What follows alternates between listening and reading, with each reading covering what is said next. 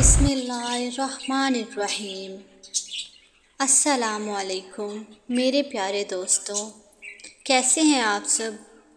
امید کرتی ہوں کہ خیریت سے ہوں گے۔ میرے پیارے دوستوں، آج تک آپ نے ابلیس کے بارے میں سنا ہوگا کہ انسان کو ہمیشہ عبادت سے گمراہ کرتا ہے۔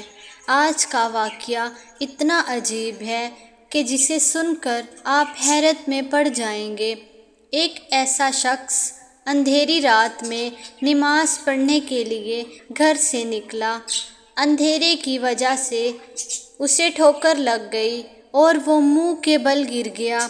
کیچڑ سے اٹھ کر وہ گھر واپس آیا اور لباس تبدیل کر کے دوبارہ مسجد کی طرف چل دیا۔ ابھی چند قدم ہی چلا تھا کہ دوبارہ اسے ٹھوکر لگی اور وہ دوبارہ پھر گر گیا۔ کیچڑ سے اٹھ کر پھر دوبارہ وہ اپنے گھر گیا، لباس بدلا اور مسجد جانے کے لیے تیسری بار گھر سے نکلا۔ جیسے ہی وہ اپنے گھر سے نکلا تو اس کے دروازے پر اسے ایک شخص ملا جو اپنے ہاتھ میں ایک روشن چراغ لیے تھامے ہوئے تھا۔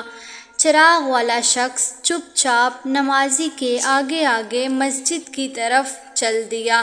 اس مرتبہ چراغ کی روشنی کی وجہ سے نمازی کو مسجد پہنچنے میں کسی دشواری کا سامنا نہیں کرنا پڑا اور وہ خیریت سے مسجد پہنچ گیا۔ مسجد کے دروازے پر پہنچ کر چراغ والا شخص رک گیا۔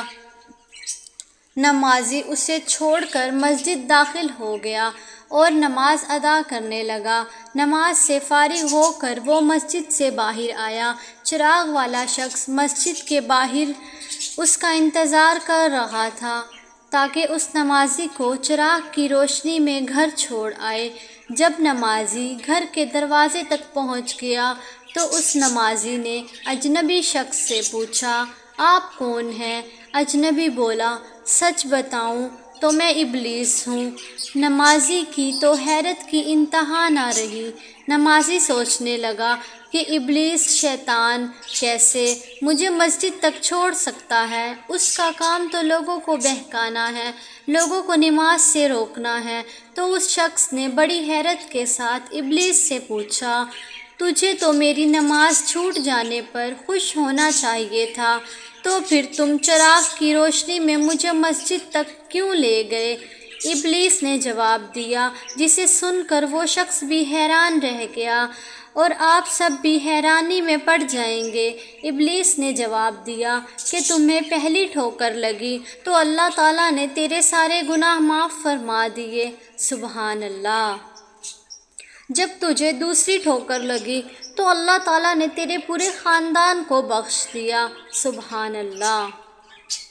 مجھے فکر ہوئی کہ اگر اب تو ٹھوکر کھا کر گر گیا تو اللہ تعالیٰ تیرے سارے گاؤں کی مغفرت نہ فرما دے، اسی لیے چراغ لے کر آیا ہوں کہ تم بغیر گرے مسجد تک پہنچ جاؤ۔ اس شخص نے جیسے ہی یہ بات سنی، اس نے اللہ تعالیٰ کی بارگاہ میں اپنا سر جھکا کر اللہ کا شکر ادا کیا۔